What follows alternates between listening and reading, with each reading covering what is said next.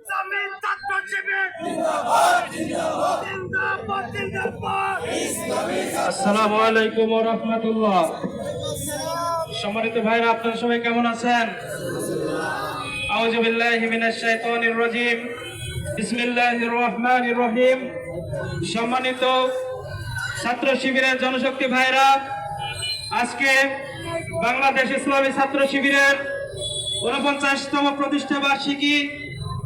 আমাদের এই প্রতিষ্ঠা বার্ষিকীতে আমরা প্রথমেই স্মরণ করছি আমাদের এই আন্দোলনের সিপাশালার বাংলাদেশ ইসলামী ছাত্র শিবিরের প্রথম কেন্দ্রীয় সভাপতি মীর কাসেম আলী ভাই সহ এখনো পর্যন্ত বাংলাদেশ ইসলামী ছাত্র শিবিরের সাথে কাজ করতে গিয়ে, ইসলামকে বাংলাদেশের মাটিতে প্রতিষ্ঠা করতে গিয়ে, জনগণের পক্ষে কথা বলতে গিয়ে, ছাত্র জনতার অধিকার আদায়ের ক্ষেত্রে আমাদের যে সমস্ত ভাইরা শহীদ হয়েছেন, মহান রব্বুল আলামিনের কাছে দোয়া করছি, মহান রব্বুল আলামিন তাদেরকে জান্নাতের মেহমান হিসেবে কবুল করুক।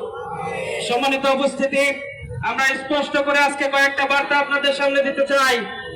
বাংলাদেশ ইসলামী ছাত্র শিবির 1977 সালের 6 ফেব্রুয়ারি প্রতিষ্ঠিত হয়েছিল বাংলাদেশের পথহারা যুবকদেরকে আলোর দিশা দেখানোর জন্য।